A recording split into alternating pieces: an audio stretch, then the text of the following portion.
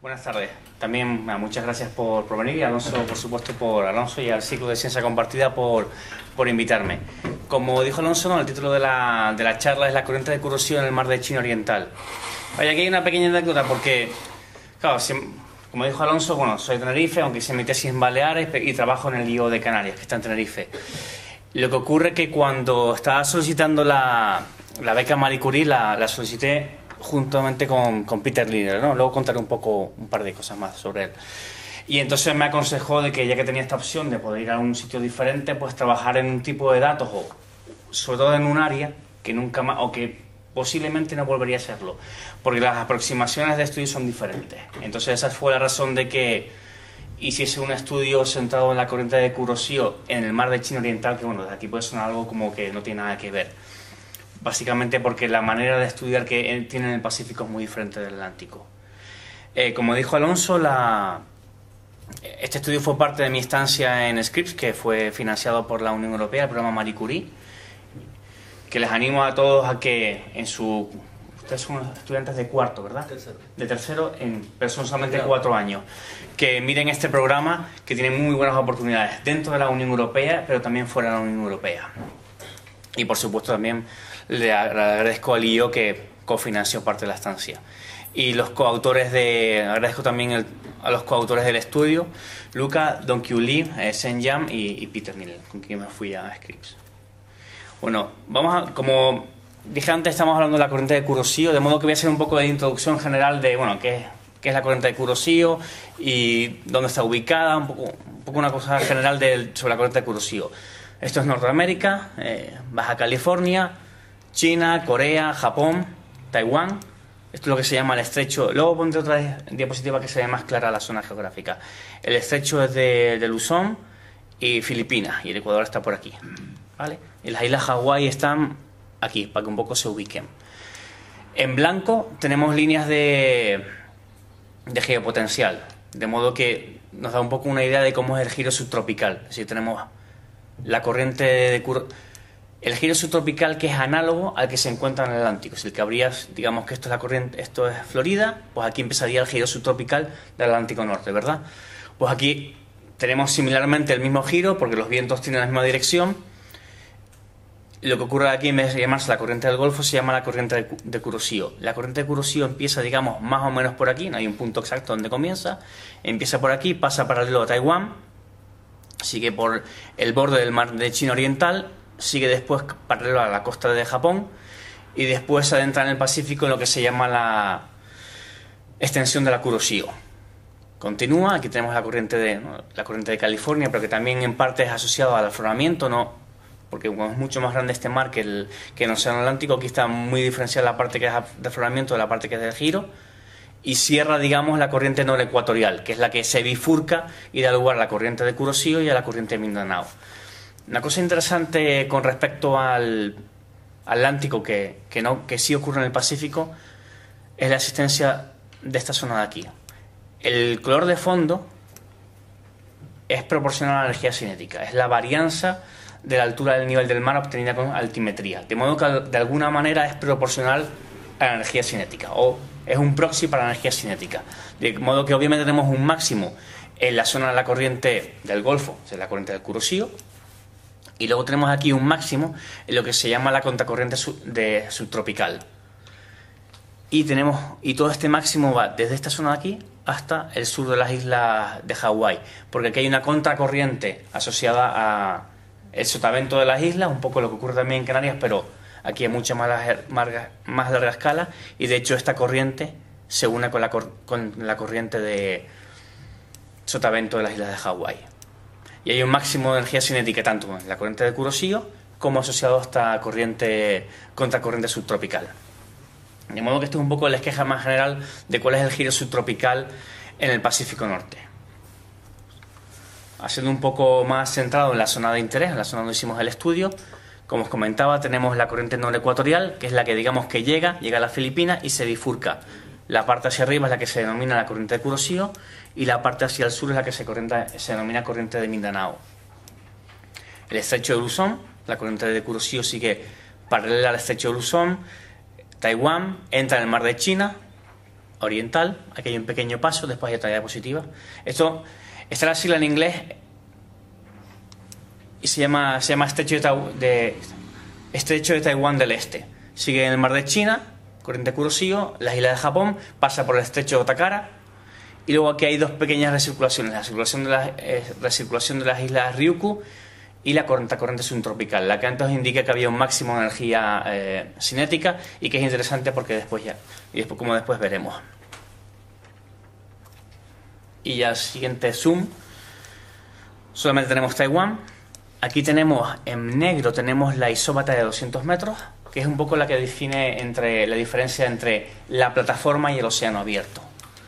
Este paso de aquí, ETC, el canal de Taiwán del Este, ETC lo nombraré muchas veces a lo largo de la charla, ¿no? Por eso ETC. Justamente aquí es donde, digamos, técnicamente empieza el mar de China, pero donde realmente comienza es en la plataforma. Esto de aquí. El dibujo de fondo son las velocidades obtenidas con boyas derivadoras, luego veremos una imagen, y en la posición en la que se obtuvo la medida. De modo que aquí podemos ver, digamos, la corriente de Kuroshio, el corazón de la corriente de Kuroshio, como vimos en el esquema anterior, que eran velocidades promedio, va paralela a Taiwán, entra en el mar de China y sigue paralela a la plataforma continental. Obviamente, por conservación de la vorticidad potencial, no entra en la plataforma, sigue paralela hasta que sale por el estrecho de Otakara. Bueno, ¿y qué es esto de las intrusiones? El estudio realmente se basa en entender esta parte de aquí.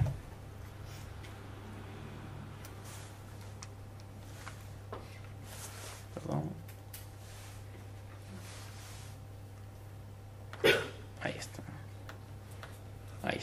Ahí está, lo siento. Si se fijan, el corazón de la corriente de Kuroshio va por aquí y va paralelo a la plataforma continental del mar de China. Pero hay una serie de momentos en las que, digamos, desaconsejando lo que dice la conservación de vorticidad potencial, que obviamente lo sigue, pero lo que podría uno pensar intuitivamente, y entra en la plataforma continental. Pues justamente en el estudio, lo veremos en los objetivos detallados, nos centramos en la zona de las intrusiones. O sea, ¿por qué la corriente de Kuroshio entra en la plataforma continental del mar de China Oriental? Y veremos que hay dos zonas diferentes. Está esta zona de aquí y esta zona de aquí. Ahora. Perdón.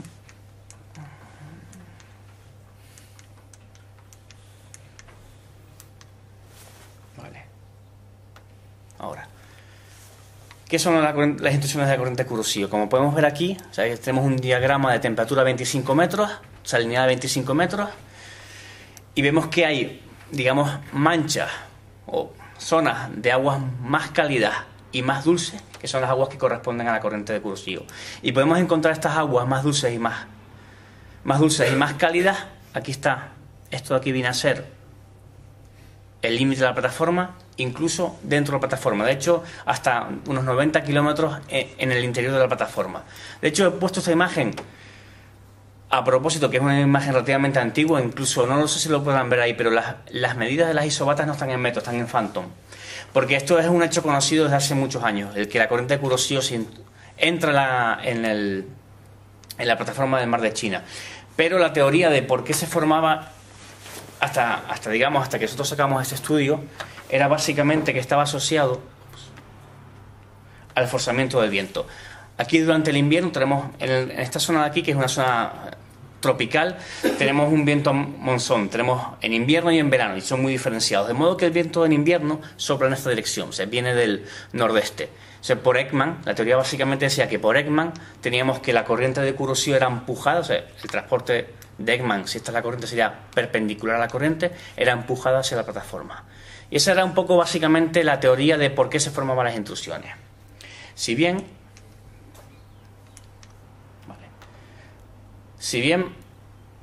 en la década de los 90, y vemos que se va bastante hacia atrás en el tiempo, se hicieron las primeras y únicas medidas de transporte de la corriente de Kuroshio en el estrecho de Taiwán. Vemos aquí, esto es Taiwán, y en el marco del experimento WOSE se desplegó toda una red de fondeos, todo a lo largo de manera casi perpendicular al flujo promedio, en la zona del que he dicho antes, el ETC. Técnicamente se llama como la cima de Elam. esta zona de aquí. De modo que se pudo obtener una serie temporal de estimaciones de transporte de masa de la corriente de Kuroshio. O sea, bueno, si era cierto que la corriente de Kuroshio estaba forzada por el viento, lo más normal es ver un forzamiento, o sea, ver una variabilidad estacional, pero no fue así el caso. Lo que se ve, esto es la serie temporal de transporte que va, digamos, desde los 16 Sverdrup hasta los 32. Estos ciclos de aquí no corresponden con el periodo estacional, corresponden con más o menos 100 días. El ciclo es muy corto, solamente duró 20 meses, pero corresponden con 100 días, no corresponde con un forzamiento estacional. De modo que hay una controversia sobre realmente cuál es el forzamiento de las intrusiones de Kuroshio. Pero realmente, ¿a quién le importa esto? Además de ser un ejercicio, digamos, académico, ¿a quién le importa, no? Esta imagen de aquí son capturas de... es uno de los muchos ejemplos, ¿no? Pero esta imagen de aquí son imágenes de capturas de lo que se conoce como chicharro, no, Mackerel chicharro, es como el Japonicus, en 2004 y en 2005. En dos momentos en los que hubo una intrusión constatada por medidas hidrográficas y no hubo intrusión. Y la diferencia fundamental es que durante el momento de intrusión las larvas son adoptadas hacia el interior del mar de China y perecen. O sea, no es una zona apropiada y perecen. De modo que esto es simplemente, digamos, un ejemplo de cómo afecta al ecosistema local. Y de hecho esta zona de aquí, y por eso es el estudio que se financió por parte de la Oficina Naval Americana en cooperación con Taiwán, es porque esta zona de aquí es muy productiva. Y como saben, en la parte esta de Japón y China y Taiwán se consume mucho pescado. De modo que esta zona de aquí es muy productiva y tiene mucho interés económico desde el punto de vista de pesquero. No solamente en el caso como este de chicharro, sino también incluso siguiendo la escala del ecosistema en atunes más grandes, como incluso el atún rojo. De hecho, la zona de puesta de atún rojo es por aquí. Toda esta zona de aquí es la zona de puesta de atún rojo en el Pacífico. De modo que un poco para recapitular esto de a quién le importa, o sea, las intrusiones de la corriente de Kuroshio implican un intercambio entre las aguas del Pacífico Occidental y el mar de China, y este intercambio lleva asociado unos flujos biogeoquímicos que están documentados y modifican el ecosistema local. De modo que este es un poco el interés de por qué hicimos el estudio. ¿Cuáles son los objetivos? Primero, demostrar que la actividad de mesoscala es quien realmente fuerza las intrusiones, no es el forzamiento estacional, que son remolinos ciclónicos generados en la contracorriente subtropical, la que vimos que había un máximo de energía cinética, había dos, uno en la corriente de Kuroshio, en la parte de extensión, y uno más al sur en la contracorriente subtropical. También hay algunos remolinos, esto es anecdótico, de la corriente norecuatorial. Estos remolinos inducen o fuerzan a que la corriente de Kuroshio haga meandros, se reduce el transporte, ya veremos después cómo, y la parte de la corriente de Kuroshio que permanece dentro del mar de China entra en la plataforma. ¿Cuál fue la aproximación? La aproximación fue básicamente experimental y utilizamos tres tipos de datos diferentes. Por un lado, los datos de derivadores superficiales o drifters. Esto es una imagen de cómo es un drifter. O sea, esto es una sección, digamos, vertical, como iría en el mar.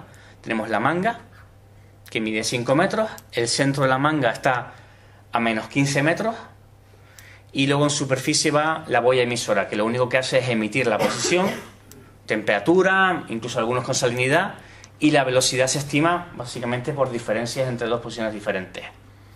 Se posicionan por el sistema de posicionamiento Argos o incluso ahora por Iridium, que ya lleva GPS incorporado. Como parte del sistema de observación global del océano, hay una red de derivadores, se denominan en algún lugar, he puesto SVP, porque nacieron en el Surface Velocity Program de la época... Nacieron en el programa de velocidades superficiales del experimento WOSE, el mismo experimento en el que se hicieron las medidas de transporte a través del estrecho de Taiwán. Vale, esta es la manga, como comenté, esta es la boya de superficie y hay un cable, digamos, de 10 y algo metros, de modo que el centro está a menos 15. Las velocidades se calculan como diferencias entre las posiciones y mide temperatura. Como parte de esta red global, actualmente hay 1.250 derivadores en el océano, de modo que nosotros hicimos uso y el acceso a estos datos es gratuito. Gratuito, público, se va a la página del programa, se descargan. Sí, nosotros usamos básicamente derivadores que provienen de este programa de observación, del GDP. Usamos 920 comprendidos entre el año 89 y 2010 en la zona geográfica de interés, que es la zona que puse anterior con el esquema de las velocidades. Si bien adicionalmente, y para este experimento en particular, también lanzamos 2 derivadores por semana desde la isla Verde, después veremos dónde está la isla Verde, que está justo en el centro de la corriente de Kuroshio, al este de Taiwán. Y los lanzamientos los hicimos entre 2008 y 2009. O sea, la idea era tener una serie temporal homogénea y continua donde poder validar la hipótesis. Pero básicamente el grueso del estudio se hizo con datos provenientes de la red global de observaciones. Además de los datos de Drifter, también usamos datos de altimetría, de anomalía del nivel del mar, en particular los mapas que genera el proyecto CLS Aviso, ¿no? Que son mapas con una resolución espacial de 1/3 de grado y mapas semanales. También hay mapas cada día o cada 2 días, pero básicamente, viendo cuál es la resolución temporal del satélite, los más apropiados son los semanales. Usamos estos mapas, pero también usamos lo que se dice en los datos a lo largo de la trayectoria, o al on track. El satélite va midiendo a lo largo de una trayectoria. Después se hace un análisis objetivo y se fabrican los mapas, pero digamos el dato bruto es el que se recoge a lo largo de una trayectoria, y hay justo una trayectoria que pasa por la zona de interés, al norte de Taiwán. Eso tiene una resolución temporal de 9 días y 7 kilómetros de resolución espacial, y hay diferentes satélites porque según se han ido dejado de funcionar o se han cambiado de órbita, siempre se han conservado las mismas trayectorias, de modo que hicimos una composición con todos los datos de los diferentes satélites desde el año 92 hasta el año 2010, noviembre del 2010. Y también utilizamos temperaturas superficiales del mar. También estos datos son libres, gratuitos. Lo mismo, se va a la página web de Aviso y se descargan. Y también utilizamos datos de temperatura superficial del mar, pero de alta resolución. Hay un proyecto de muy alta resolución y muy alta precisión, y el proyecto piloto lo desarrolló la Universidad de Tohoku, que está en Japón, y tiene un producto en la zona que cubre la zona de interés, de hecho cubre todo el Pacífico occidental, y tiene resolución de 0.05 grados de longitud-latitud y de un día en resolución temporal. Y de hecho los datos de SST están calibrados con las medidas de temperatura que hacen las boyas lagrangianas. Vale. Vimos un poco cómo es el esquema de la zona. 2 notas interesantes. Taiwán está aquí, como dije antes. La isla Verde, que es donde hemos lanzado la serie temporal continua. Island Ridge. Y esto es lo que se llama el estrecho de Taiwán del Este, o ETC. Aquí hay 2 cañones interesantes. El cañón de norte, Minhuao, y Minhuao, la parte sur. Y entre los 2 cañones es como una especie de rampa. Es interesante porque después veremos que determina dónde son las intrusiones. Las islas de Ryukyu y el mar de China, de modo que, como vimos antes, la corriente Kuroshio entra por aquí, por Island Ridge, va paralela a la plataforma y después sale por el estrecho Tokara. Vale. La imagen inicial, donde tenemos las velocidades observadas en superficie. Aquí hay una pequeña diferencia. Como os he comentado, hemos utilizado los mapas de altura del nivel del mar, los utilizaremos más tarde como parte de la estrategia observacional. Esta línea de aquí es la línea de altura dinámica de 65 centímetros. ¿Se acuerdan al inicio del todo que dibujé un mapa de altura dinámica y que denotaba cómo era el giro subtropical? Pues digamos de alguna manera que la línea de 65 centímetros es la que coincide con el centro de la corriente de Kuroshio. Y ve cómo en promedio lo hace. No aquí, porque es la zona, digamos, de colisión con la plataforma. De hecho, si viene la corriente de Kuroshio recta por aquí, aquí es cuando se encuentra la corriente de Kuroshio. Por eso algunos autores la llaman la colisión con la plataforma, pero en promedio denota muy bien cuál es la corriente de Kuroshio. Lo utilizaremos también más tarde para visualizar cómo se mueve la corriente. Lo primero que hicimos fue, digamos, clasificar las trayectorias de los casi 1000 derivadores que teníamos en base a hacían intrusión, no lo hacían, y un caso particular de aquí que ahora os comento. O sea, el primer caso, digamos, no hay 1000, hay un poco menos, porque aquellos derivadores que perdieron la manga los hemos descontado. Para velocidad se pueden usar porque se pueden calibrar, pero para la trayectoria no, porque está modificada por el viento. O sea, la idea de la manga es que la partícula de agua, que la boya siga una partícula de agua, que no esté movida por el viento. Por eso hay una manga de 5 metros que está situada a menos 10 metros. Entonces, aquellos donde perdieron la manga no lo hemos utilizado porque entonces la trayectoria no sería la de la parcela de agua, sino sería la que movida por el viento. Identificamos 46 intrusiones y nos dimos cuenta que había una característica común a todas ellas. Primero, no es simplemente un meandro. Si se fijan, primero gira hacia la derecha, hacia la izquierda, o sea, ciclónico, después anticiclónico, y todas ellas pasan entre los dos cañones, en la zona esta de rampa. Estas son, digamos, pequeñas intrusiones que además ocurren mucho más a menudo. Hay 110, más del doble, y no tienen esa estructura como esta, es decir, es una cosa más suave y no hay un giro ciclónico al inicio de la entrada al mar de China. De hecho, si se fijan con atención, aquí hay alguna trayectoria que describe la misma forma que la de las intrusiones y simplemente es porque era un derivador que iba en la corriente de Kuroshio, pero no iba en la zona pegada a la plataforma. Pero sí que toda la Kuroshio describía la misma trayectoria. Aquí tenemos lo que se llama, no relacionado con este estudio, cold down, porque algunas de ellas se quedaron atrapadas aquí. Más que nada lo que tiene que ver con esto es que durante el verano el flujo que viene por este estrecho y que viene por la corriente de Kuroshio es paralelo, de modo que aquí se forman inestabilidades de esta sotavento, digamos, de la isla, y se forma una circulación ciclónica y se quedan atrapadas.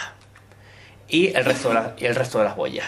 De hecho, que lo interesante es que todas las que hacen intrusiones pasan entre los dos cañones y tienen esta forma característica en la que hay un giro ciclónico y después hay un giro anticiclónico. Vale, la primera duda que tuvimos es, bueno, hasta ahora se ha dicho que esto tenía un forzamiento estacional. Realmente hay un forzamiento estacional y por eso entran más derivadores o no siguiendo esta estructura estacional. Entonces lo que hicimos es ver el porcentaje de meses. Como teníamos un muy buen muestreo, tenemos casi 1000 derivadores, 50 de ellos redondeando, haciendo instrucciones, 110 entrando en la plataforma y el resto 850 que no hacen intrusiones, de modo que tenemos un muy buen muestreo de lo que estaba ocurriendo. Para evitar un sesgo, porque de repente hay momentos en los que hubo más lanzamientos de derivadores, experimentos particulares, o en invierno, que sopla el monzón, es mucho más difícil salir al mar, lo que hicimos es calcular el porcentaje normalizado respecto al número de perfiladores que atravesaban el estrecho de Taiwán. De modo que vemos que sí que hay una estructura estacional, pero sí que hay intrusiones. Esto es el porcentaje de derivadores que atravesando el estrecho de Taiwán hacían intrusiones. Que a pesar de que hay una forma estacional, y tenemos dos hipótesis para ello, sí que hay sí que hay intrusiones a lo largo de todo el año. Esto de aquí son los vientos monzón promedio, para diferenciar qué es la parte de, digamos, invierno, en oscuro, de verano, que está en claro. De hecho, el por qué, no lo comentamos en el estudio, pero el por qué hay un mínimo durante el verano está asociado a que, de hecho, como comenté antes de la cold down, ¿no? Que el flujo que sale del estrecho de Taiwán en verano es hacia el norte, se genera una circulación ciclónica a sotavento de la isla y que impide que la corriente de Kuroshio entre en la plataforma. Y también, esto es más interesante, y es que está documentado que hay una diferencia, el ratio entre el número de remolinos ciclónicos y anticiclónicos generado en la corriente subtropical cambia según sea verano e invierno. En verano hay menos remolinos ciclónicos, factor 1.35. Luego veremos por qué eso es irrelevante. O sea, después de hacer esto, lo primero que hicimos es, ¿realmente tienen que ver algo los remolinos ciclónicos cuando hay una intrusión? De modo que analizamos todas las intrusiones que teníamos, 46, conjuntamente con los datos de altimetría, los mapas de altura a nivel del mar y de temperatura superficial del mar. Y voy a mostrar dos casos particulares. Aquí vemos, esta es la altura del nivel del mar, menos 47, es ciclónico. Esta es la escala de altura del nivel del mar. Son valores absolutos, aunque el satélite da valores relativos. Lo que hemos hecho es usar valores absolutos con la tomografía dinámica promedio, de modo que tuviésemos una visión espacial más clara. Y vemos que cuando se está aproximando un remolino ciclónico, estas trayectorias de Drifter que están en negro estaban haciendo una intrusión en el mes de septiembre, que es cuando corresponde la imagen de la altimetría. En cambio, un mes y medio después, en octubre, estas son las otras trayectorias y ya no estaban realizando ningún tipo de intrusión. Y este remolino ciclónico que se veía en altimetría está acompañado por una anomalía decir, por temperatura fría, con una diferencia de casi 2,5 grados, que se podía observar con las imágenes de temperatura superficial del mar. Este es un ejemplo para septiembre del 2008, donde la altura es de menos 47, y hay un ejemplo también para el año 2006. He puesto dos ejemplos porque el primero de ellos proviene de remolinos, luego veremos que se originan en la contracorriente subtropical, y este en cambio proviene de remolinos que se generan, perdón, este de la corriente subtropical y el anterior que proviene de remolinos de la corriente norecuatorial. Aquí tenemos la misma situación, es decir, tenemos que se aproxima un remolino ciclónico. Este es un poco más pequeño, digamos en amplitud del remolino, solamente 42 centímetros. Y tenemos que hay intrusiones, como forma una trayectoria negra que corresponde aproximadamente a la misma imagen de satélite. En cambio, un mes y medio después, la trayectoria en gris, ya no hay una intrusión. O sea, la corriente de Kuroshio sigue, digamos, su trayectoria sin perturbar, que es paralela a la plataforma continental. Y lo mismo nos indica la temperatura superficial del mar, que acompañando hasta el remolino ciclónico tenemos una anomalía de temperatura fría, como tiene que ser, del orden de 2 grados centígrados, de modo que son bastante intensas. De hecho, se observan claramente incluso en verano en esta zona del Pacífico subtropical en superficie. ¿Cómo es la evolución? ¿Cómo es, digamos, la interacción? Que eso no fue el objetivo del estudio. ¿Cómo es la interacción entre el remolino y la corriente de Kuroshio? Aquí un poco hago una asociación durante 2 meses y medio de cómo iba evolucionando el primer ejemplo, el de 2008, el remolino, las trayectorias de drifter en la zona, cada semana. Este corresponde a septiembre del 2008. Tenemos que el remolino se está acercando hasta como a unos 350 kilómetros de la corriente de Kuroshio, que viene por aquí. Nuevamente la isolínea de 65, esta aquí, es la que, digamos, marca el centro de la corriente de Kuroshio. Este blanco de aquí es porque la altimetría cerca de la costa no funciona muy bien, de modo que hay una zona en la que los datos son erróneos. Vaya, pues a que lo iba. Tenemos el remolino ciclónico que se va acercando a la corriente de Kuroshio, tenemos las trayectorias que nos indican que está sin perturbar. Seguimos semana tras semana, vemos nuevamente que la corriente de Kuroshio empieza a desarrollar un pequeño remolino aquí. Vemos que ya incluso hay algunas trayectorias de boyas derivadoras que ya empiezan a entrar en la plataforma del Mar de China. Continuamos, se sigue acercando el remolino a la corriente de Kuroshio. Ya hay más derivadores que están entrando en la plataforma. Vemos por el otro lado, por ejemplo, que el resto de la corriente de Kuroshio siguen sin perturbar, es decir, por aquí. Los derivadores siguen la corriente paralela a la plataforma. Estos son datos cada 6 horas, de modo que esto un poco os puede dar idea de que aquí va más rápido que aquí, porque los puntos son cada 6 horas. La corriente de Kuroshio está interaccionando fuertemente con el ciclónico, con el remolino ciclónico. Todavía tenemos trayectorias que realizan intrusiones en el Mar de China. El remolino está a punto de colapsar con la corriente de Kuroshio. Colapsa, y en este caso particular estamos haciendo uso de los datos de la serie temporal que construimos con 2 lanzamientos cada semana desde la isla de Green. Y tenemos incluso que digamos, el colapso, la corriente de Kuroshio se observa en superficie con las boyas derivantes. Seguimos teniendo intrusión. Estamos en el siguiente estado del colapso. Prácticamente la anomalía ciclónica ha desaparecido. Y ahora ya entramos en la fase en la que la corriente de Kuroshio recupera la normalidad. Ya empieza a haber, hasta aquí, derivadores que siguen el camino sin perturbar la corriente de Kuroshio, yendo paralelos a la plataforma. Aquí se ve claramente como este derivante, flotador derivante de aquí. Y esta es la situación final, digamos, la situación promedio final en la que la corriente de Kuroshio está sin perturbar. Así que digamos que ha durado unos 3 meses y el centro de la perturbación del orden de 1 mes es lo que duró la intrusión de la corriente de Kuroshio. De modo que, digamos, hasta ahora lo que hemos demostrado es que los remolinos ciclónicos, vengan de donde vengan, producen esta alteración en la corriente de Kuroshio que la fuerza a entrar en la plataforma del Mar de China. Hemos visto que hay dos tipos diferentes de remolinos, parecen más intensos algunos que otros, de modo que lo que hicimos fue seguir todos los remolinos hacia atrás en el tiempo que producían una intrusión. Y encontramos dos caminos bien diferenciados. Esta banda de aquí, ahora os comento qué es el campo de fondo. Esta banda de aquí, que corresponde a la contracorriente subtropical, que también enlaza con la imagen del inicio, que enlaza con la imagen del inicio en la que había un máximo de energía cinética, y esta zona de aquí que corresponde con la corriente no ecuatorial. De modo que tenemos que ahí la mayoría de los remolinos vienen de la contracorriente subtropical, el valor promedio de la anomalía es del orden de 42 centímetros a la velocidad de fase. De hecho, para comprobar con otros estudios que habían también hecho seguimiento de remolinos que era similar.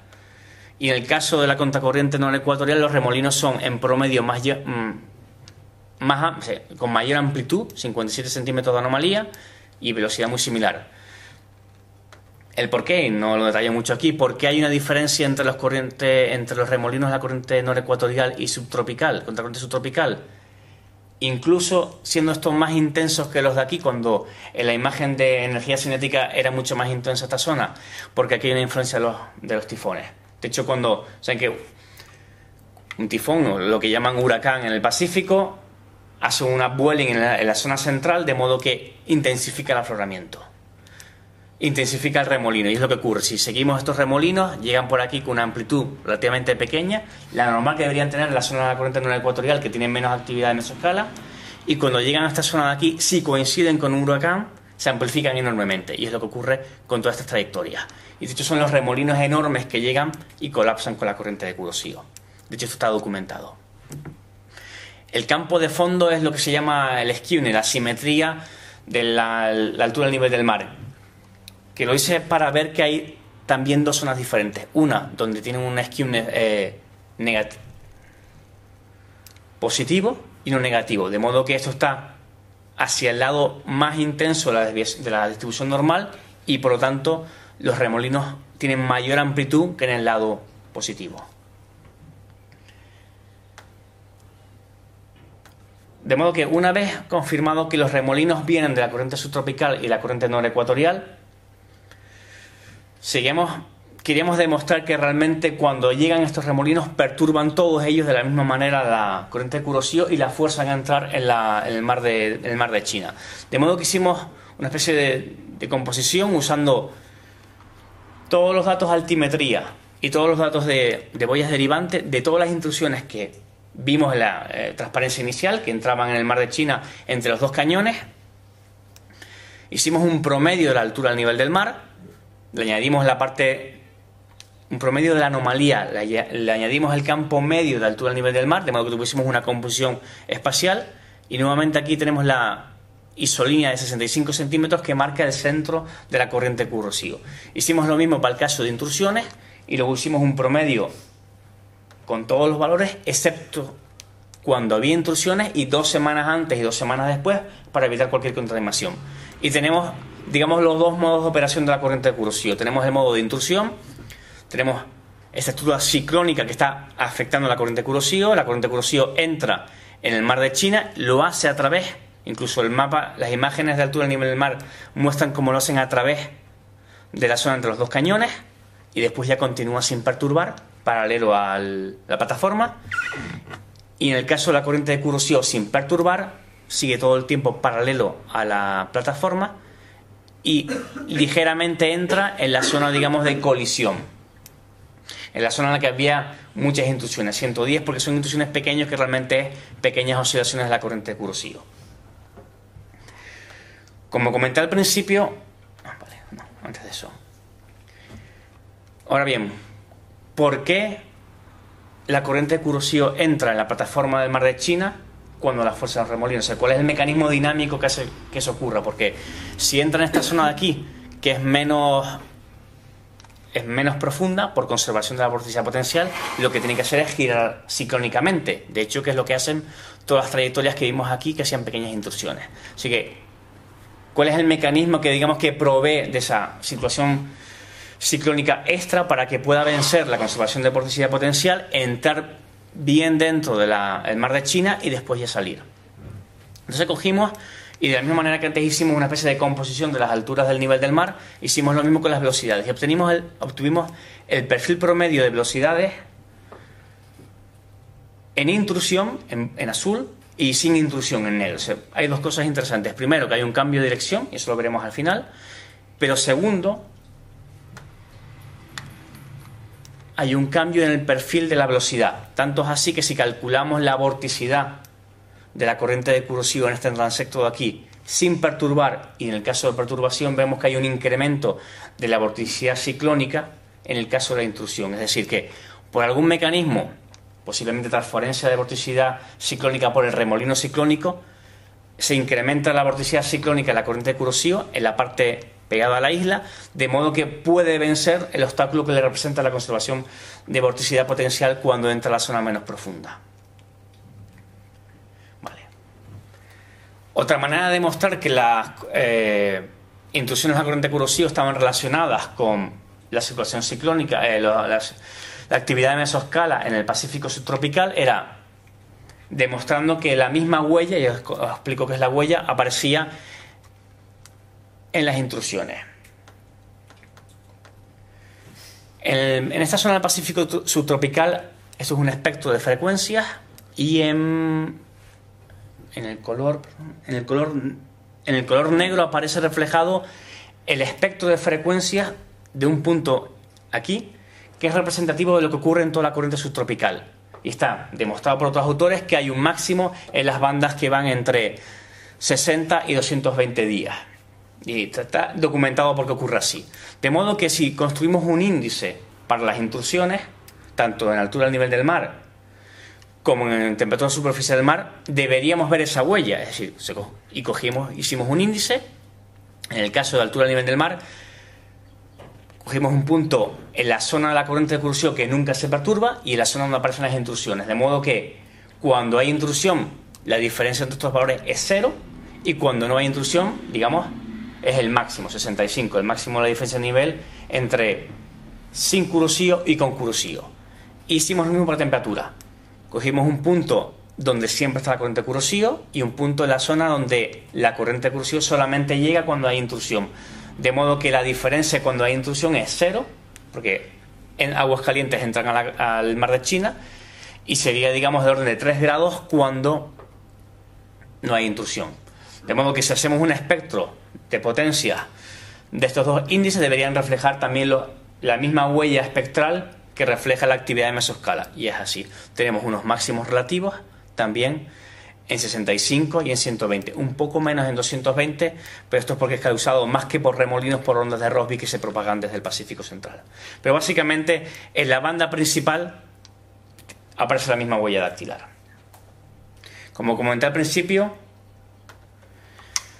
asociado a esta perturbación de la corriente de Kuroshio también hay una reducción del transporte de la corriente de Kuroshio a su paso por el estrecho por el ETC. Ahora bien, solo tenemos medidas del transporte de la corriente de Kuroshio en los años 90 y durante 20 meses. De modo que tratamos de construir, digamos, un proxy para el transporte de la corriente de Kuroshio utilizando la altura del nivel del mar. Lo cual tiene sentido porque la altura del nivel del mar es de alguna manera lo que determina, si fuese barotrópico, la parte de baroclina es lo que hace la diferencia, lo que determina el transporte de la corriente de Kuroshio. De modo que buscamos la correlación entre todos los puntos de la zona con el transporte de la corriente de Kuroshio que se midió durante el experimento WOSE, y salió que este punto de aquí tiene una correlación de 0.89 con el transporte de la corriente, de modo que podemos construir, digamos, un predictor para el transporte utilizando la altura del nivel del mar en este punto particular. Y eso fue lo que hicimos. Tenemos en negro el transporte medido durante el experimento WOSE, los 20 meses, y en gris, hemos cogido nuestro predictor calculado con ese punto de correlación, hemos hecho una regresión lineal y obtenemos el transporte. De modo que digamos, con el punto 89 de correlación funciona muy bien como proxy para el transporte. Y planteamos la hipótesis de que si es cierto que la corriente de Kuroshio se perturba y se disminuye el transporte, con este proxy deberíamos verlo. De modo que definimos una zona de alto transporte y de bajo transporte. Así que de aquí hacia arriba, de 22,2 y de 20,2 hacia abajo es eventos de poco transporte y eventos de alto transporte. De modo que si en tiempo buscamos todos estos tiempos en los que la corriente de Kuroshio tiene menos transporte de 20,2 o más de 20,2 y usamos las trayectorias, tendremos que ver que cuando hay poco transporte hay intrusiones y cuando hay más transporte no hay intrusiones. Y claro, como hemos construido un proxy para el transporte, podemos utilizar, digamos, estimar el transporte desde que tenemos un registro de altimetría, desde el año 92 hasta el año 2010. Y eso es lo que hicimos. Cogimos todas las boyas y las clasificamos con esta clasificación de alto transporte, las que tocaron, o transporte reducido, las que tocaron. Y lo que vimos fue que el porcentaje de boyas que realizan intrusiones para alto transporte es solamente del 4%, mientras para el caso de bajo transporte, además se ve, digamos, visualmente, es mucho más alto, es el 47%. Y ya, 2 minutos para finalizar. O sea, ¿cuáles son las causas últimas de que realmente haya, digamos, dos tipos de intrusiones? La intrusión que realmente penetra en el mar de China y la que simplemente rosa la plataforma en la zona donde dijimos que había 110 intrusiones, justo en la esquina, ahora lo veremos, en esta esquina de aquí. De hecho, cuando inicialmente se estudió la colisión de una corriente, de la corriente Kuroshio con la plataforma, se llegó a este modelo analítico en el que se utilizó básicamente conservación de vorticidad potencial y lo que se llama campo lejano. Así que nos olvidamos lo que ocurre en la zona estricta de interacción y solamente me preocupo lo que ocurre aquí, a la entrada y a la salida. O sea, no me preocupo de todos los procesos complejos que ocurren en el lugar de interacción. Bueno, los autores que desarrollaron esta ecuación la aplicaron y demostraron que podían explicar la colisión permanente de la corriente de Kuroshio. Pero desde mi punto de vista no se dieron cuenta que realmente hay dos modos. De modo que si desglosamos esta ecuación, hacemos unas estimaciones de los diferentes parámetros, obtenemos la siguiente gráfica y lo comento brevemente. El ángulo de incidencia es alfa y el ángulo de salida, digamos, es teta. De modo que claramente hay dos situaciones. Cuando teta es más pequeño que 90, de modo que, digamos, tenemos que la corriente de Kuroshio se aproxima a la plataforma y después entra al mar de China. Esto es un modelo lineal, de modo que no se va a preocupar de después cómo vuelve, pero entra al mar de China y no hay retorno. O el caso de ángulos de incidencia donde el ángulo de salida es mayor que 90, de modo que tenemos que la corriente de Kuroshio interacciona con la plataforma, pero después continúa en su camino normal. De modo que claramente hay dos modos de comportamiento y diferenciados según teta sea más pequeño o más grande que 90. Si representamos, este es el ángulo de la intrusión respecto del ángulo de incidencia y tenemos los dos comportamientos. Y vemos que para ángulos de incidencia hasta 40 grados ocurre el comportamiento, digamos, de colisión continua.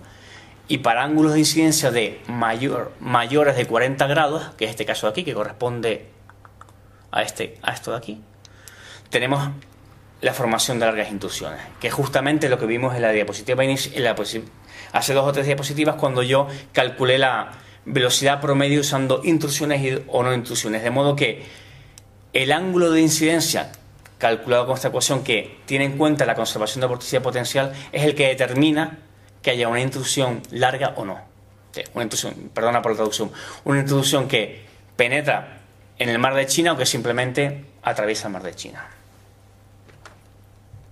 De modo que, para resumir, hemos utilizado una aproximación experimental básicamente con derivados superficiales para demostrar que hay dos tipos de intrusiones de la Kuroshio en el mar de China. Y aquellas que se adentran en el mar de China entre el cañón de Minhuao y el cañón de Minhuao Norte son las que realmente modifican el ecosistema porque penetran hasta 90 kilómetros en el mar de China. Estas intrusiones ocurren después de que remolinos ciclónicos colapsan con la corriente de Kuroshio. Los datos de temperatura superficial del mar, pero también de altimetría, demuestran lo que habíamos observado con los datos de derivados superficiales. Las intrusiones requieren un incremento de vorticidad y los cálculos con las velocidades observadas por derivadores muestran que es coherente. Y adicionalmente, la alta correlación entre la altura del nivel del mar y el transporte permite validar la hipótesis de que cuando hay una intrusión de la corriente de Kuroshio, se reduce el transporte a través del canal de Taiwán.